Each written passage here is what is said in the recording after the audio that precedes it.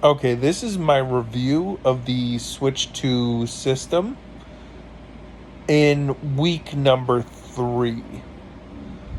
So I got this at launch. I've been playing it. Honestly, I want to say right now, spoiler alert, this is a great console. It has got me interested in gaming again. I guess I mean undiagnosed. I deal with some just depression. Like I sometimes have a hard time like choosing to play stuff even though I have games to play. I have games I want to play. I just have a hard time starting it. Like I guess the interest, maybe new console, has made me want to play more. So let me say what my bads are. Definitely the battery life of this console in handheld is really, I mean, when you go from the OLED that you were getting like a good 3 to 6 hours, I would say about I was getting when I would play in handheld. When you're playing now in handheld, you're maybe at most, like, I mean, because I'm playing, like, games like Mario Kart and different things. I don't know if I played Breath of the Wild that much in handheld, but the bigger games you're getting about 2 hours, I would say, which isn't bad because you shouldn't be playing that long anyway. But you want to make sure that you have access to a plug, charger. I guess you could do a battery bank too. I don't have one of those. So, I mean, to me, that is a negative of the console. Another negative is the fact that storage. It's a much harder situation than it was with Switch One because a lot of games are game key cards or digital usually, except for first party Nintendo stuff. So if you don't have a cartridge, which the game is pretty much all in the cartridge, you are using up your limited 256 gigabytes that it comes with. I splurged a couple of months ago when it went on sale on Amazon and got the 1 terabyte micro SD Express because the regular micro SD cards do not work. So you have to use the Express cards, which are newer, which means they're more expensive. However, when the Switch 1 came out, I remember the 400 gigabyte card was the largest one I believe they had at launch, or it might no, it might have been the 1 terabyte. I don't know if that was at launch, but the 1 terabyte card for the micro SD cards, when it first came out, the 400, I remember that was the price. So it was 1 terabyte was 400. Right now, the 1 terabyte micro SD Express card, because the regular SD cards for Switch One, right now you could get a 1 terabyte or even a 1.5 terabyte for about 80 to 100. The SD Express 1 terabyte, it was about 180, I want to say, which is pretty expensive. Obviously, a lot of people are like, hey, I'll wait for, Amazon usually does like storage sales during Prime Days and Black Fridays.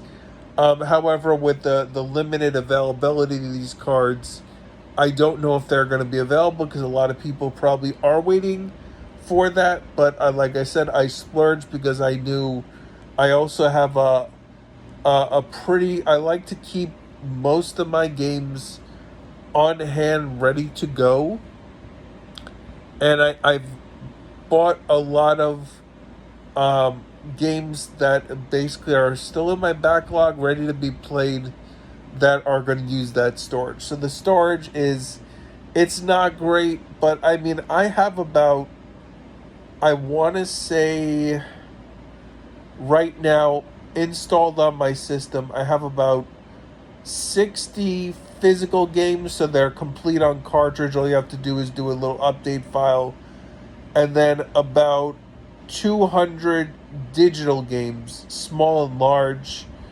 And that is, I have about 20 gigabytes on my internal and 20 gigabytes on my SD card left over for storage. So that, I mean, that's a pretty good sizable library.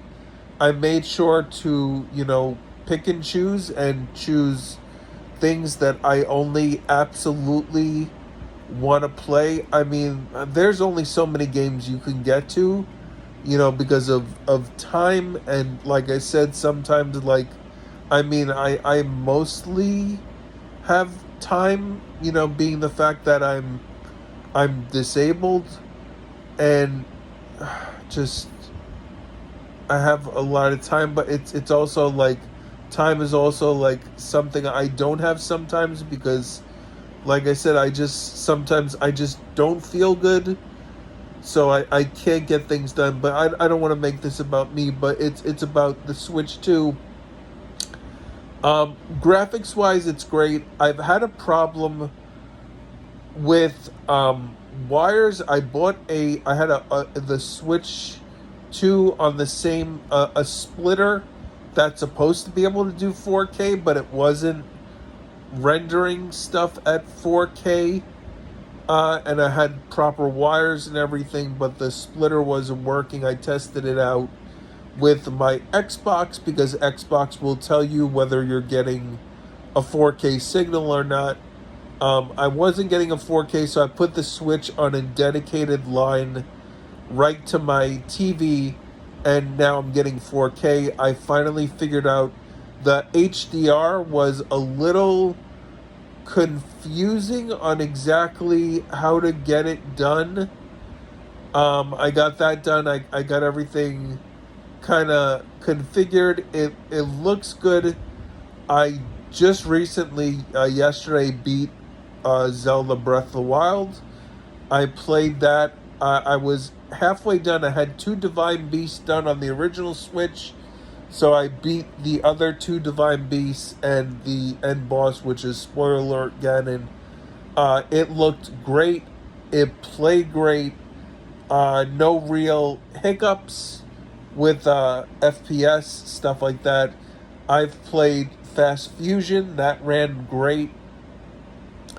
Welcome Tour, I even enjoyed a bit. It's an interesting game if you're interested in how the system works. I mean, the mini games are, I mean, they're mini games, yeah.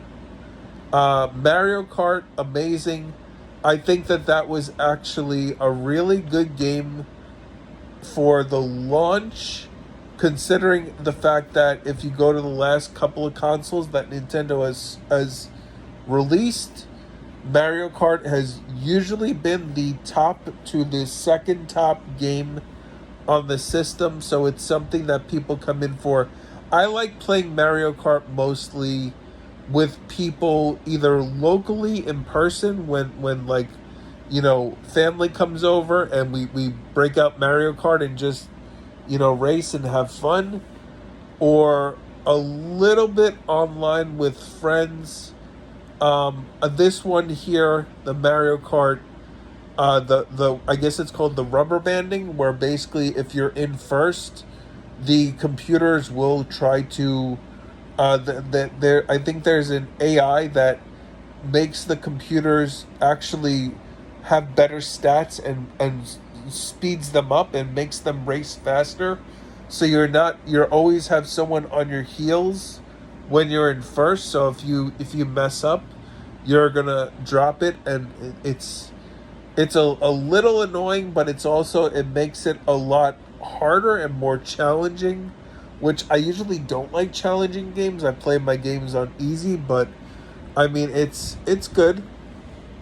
The camera, I got the camera and the Pro Controller. The Pro Controller is amazing. I love the Pro Controller. It is my preferred way to play.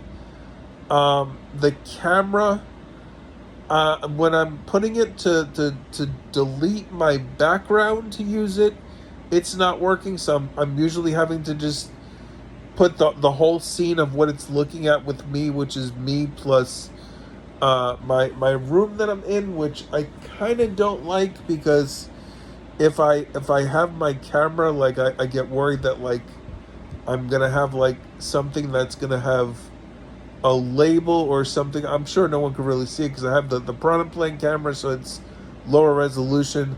The product plane camera, I love the design. You open the mouth to make the camera look at you, and then you close the product plane's mouth, and it's the cover for the camera.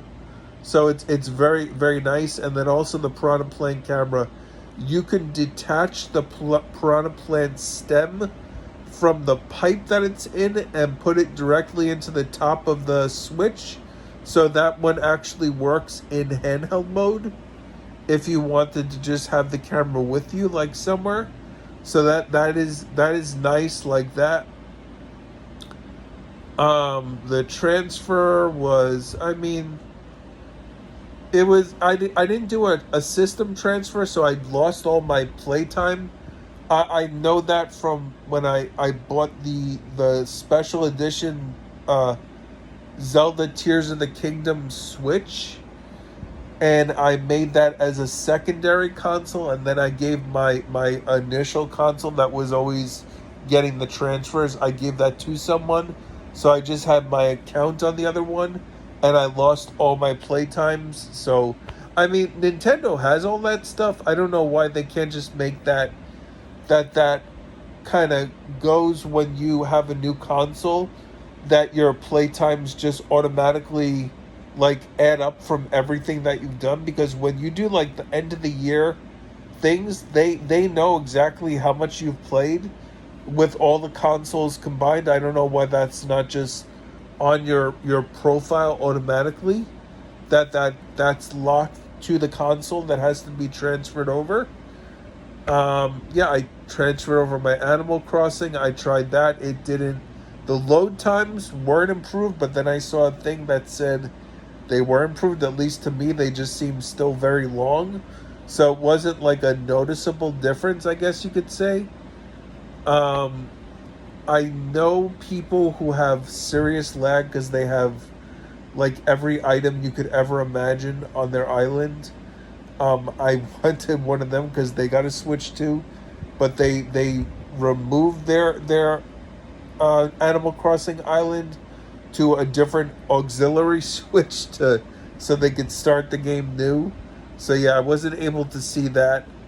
Um, Rumor has it we're getting a new Animal Crossing next year, which I am super excited for. That is just the total epitome of a chill game. Jump in, jump out, do a little bit of your daily activities. I think I put something like 500 hours into Animal Crossing during the pandemic. It was just like when I was like just really upset over everything that was going on, you just jump into that game and just like lost yourself in it. And we had so many times where people just got together on Animal Crossing. So with the new game chat feature, the game chat works great. Well, for the most part, I've noticed when I was downloading stuff onto my system, the game chat was very robot-y and choppy. But when you're not downloading stuff, it works pretty good. The screen share works pretty good. I mean, I also did game share with Fast Fusion and a friend. That worked no problem once we figure out how to get that initiated. That worked without a hitch. We played that no problem. I mean, so far everything for the most part worked great. There is something I have to say, and I this is maybe a specific problem with me and my internet service provider. But when you put a Wi-Fi signal on the Switch 2, they have, I think it's a WPA2 security and a WPA3.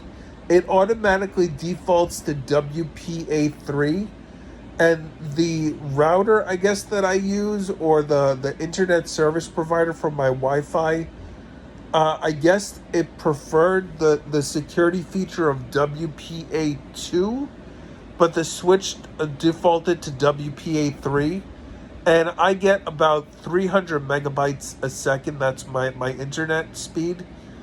When I was using the WPA3, I was getting something like anywhere from 3 megabytes a second to below a megabyte to like kilobytes, where basically when I went to set the Switch 2 up and I had to do the initial software download, it took about an hour and a half to do the initial download.